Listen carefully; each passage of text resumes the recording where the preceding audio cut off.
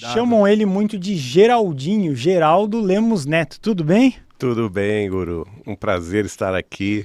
Tudo bom, Alexandre? Tudo bem? É uma alegria muito grande participar do seu programa. Estamos aqui com muita alegria. Legal, olha só. Então vamos começar do básico. É óbvio que você é uma pessoa que tem uma exposição imensa na mídia e tal, todo mundo conhece, mas vamos supor que alguém não conheça você, então, para você se apresentar, o que você fez, o que você se formou, o que você está... Vamos começar do básico. Tá bom, eu sou mineiro de Belo Horizonte. A minha família materna toda espírita, conviveu com Chico Xavier desde quando ele nasceu, não é? Minha avó foi colega dele no grupo escolar, então a família Machado de Pedro Leopoldo sempre teve uma ligação muito grande com ele. E da parte de meu pai, era uma família católica, tradicional, então lá em casa a gente não teve educação religiosa nenhuma. Como a família Machado era muito festeira e se reunia muito, aniversários, casamentos, estava sempre muito presente em Belo Horizonte, em Pedro Leopoldo, em São Paulo. Então o assunto recorrente era Chico Xavier. Toda reunião de família, eu ficava menino e adolescente, na minha juventude toda, ouvindo aquelas histórias extraordinárias. E aí eu quis conhecer, falei assim, que homem é esse, não é? Eu não tinha nenhuma ideia do que eu ia conhecer, porque não tive educação religiosa em casa. Meu pai era aquele tradicional católico não praticante. E minha mãe, que era a família dela toda espírita, ela era do contra. Ela achava que ninguém podia entrar em assunto religioso, ela não gostava. Então eu através de uma tia-avó, que era a irmã mais nova da minha avó, ela me apresentou o Chico em 14 de outubro de 81, 41 anos atrás. E isso mudou a minha vida totalmente. Você tinha quantos anos nessa época? Eu tinha 19 anos. 19 anos. Eu comecei a escrever para ele. O primeiro livro que eu recebi dele foi no meu aniversário de 14 anos. Uma prima tinha ido a Uberaba e trouxe um livro autografado para mim. E eu então comecei a escrever para ele, sem qualquer pensamento que ele pudesse me retornar. Então eu pensava que ele era um homem muito ocupado, eu colocava um amigo. Escrevia cartas pequenas agradecendo o tanto que ele significava para minha família, o tanto de bênçãos, de consolações, porque a história da família com ele era muito grande, né? Ele recebeu várias mensagens de vários dos meus parentes desencarnados, e isso consolou muito as pessoas da família que receberam essas cartas através dele.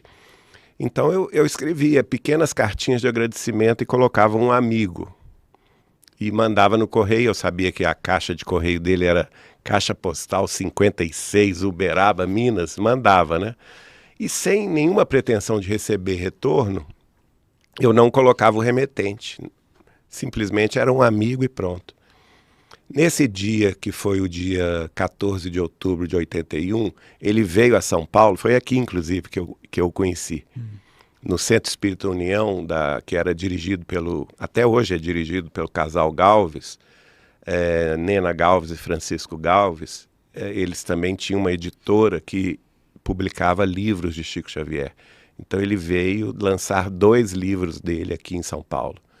E minha tia-avó, Nair Machado Pascoal, que trabalhava com ele, ela me chamou. Olha, Geraldinho, você sempre falou que quer conhecer o Chico. Chegou a hora, vem para São Paulo, fica na minha casa.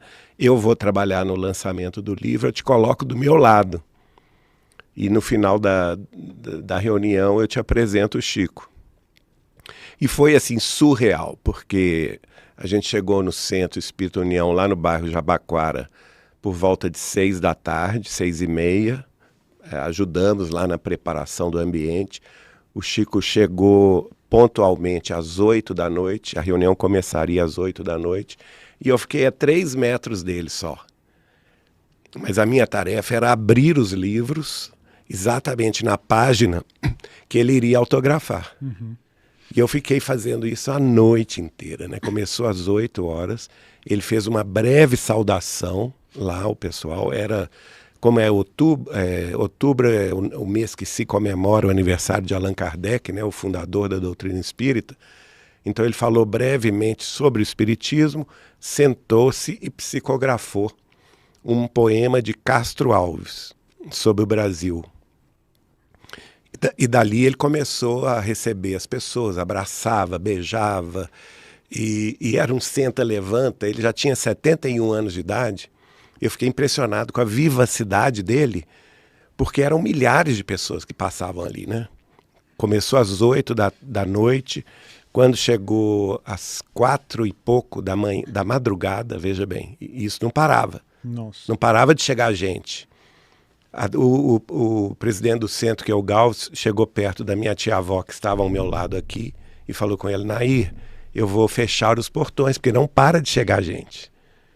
E ela falou com ele: mas Galves, você falou com o Chico isso? Se não pode falar com o Chico, porque se falar com ele, ele não vai deixar fechar o portão. E ela deu uma risada, ela conviveu com ele desde a infância dela, né? E falou com ele: quero ver se o Chico não vai saber. Não demorou 2 minutos, estava o Chico chamando o Galves, e eu assisti isso, né? Galves, meu nego, vem cá, chega aqui. E eu fiquei assim, de ouvido em pé para escutar a conversa. Meu filho, abra os portões, por favor, porque enquanto tiver uma pessoa aqui na fila que veio aqui nos ver, eu estou aqui para abraçá-lo. Então eu fiquei muito emocionado com isso. Já era 4 horas da manhã. Quer dizer, era impossível ele não estar cansado, não é?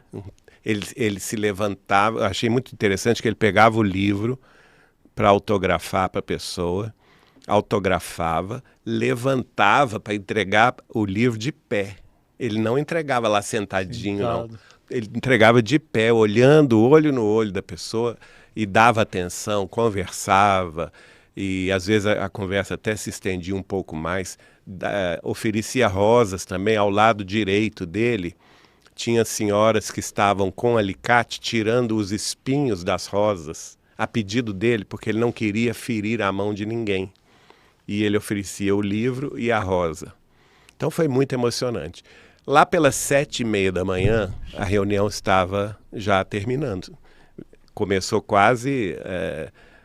mais de 12 horas, se contar a época da preparação, né? Mais de 12 horas nós estávamos lá. Eu tinha 19 anos, mas eu estava com fome, eu estava com sono, com sede, exausto, e ele era uma alegria, parecia que ele tinha chegado ali agora, cheio de energia. E virou-se, aí minha tia falou comigo: agora você vai receber o salário do seu trabalho, o seu salário vai ser conhecer Chico Xavier. E ela me encaminhou assim na fila, a gente literalmente foi dos últimos da fila. E aí foi a minha grande surpresa, porque ele vira-se para mim, minha tia não chegou a falar meu nome, né? Ela falou assim: Chico, este aqui.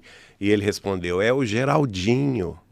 Eu sei, meu filho, mas tem 2 coisas que eu não entendo em você. Eu fiquei em estado de choque, né? Falei assim: pronto, me descobriu. Então, fiquei em estado de choque. Aí ele vira para mim e fala assim: Geraldinho, eu sabia que você vinha, Emmanuel nos falou que você viria, mas tem 2 coisas que eu não entendo em você. Você me escreve cartas tão lindas, que me fazem tão bem, mas por que, primeira coisa, por que você nunca as assinou?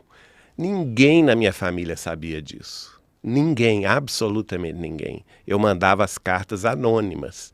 Inclusive eu não as assinava, como ele falou, não é? Era só um amigo.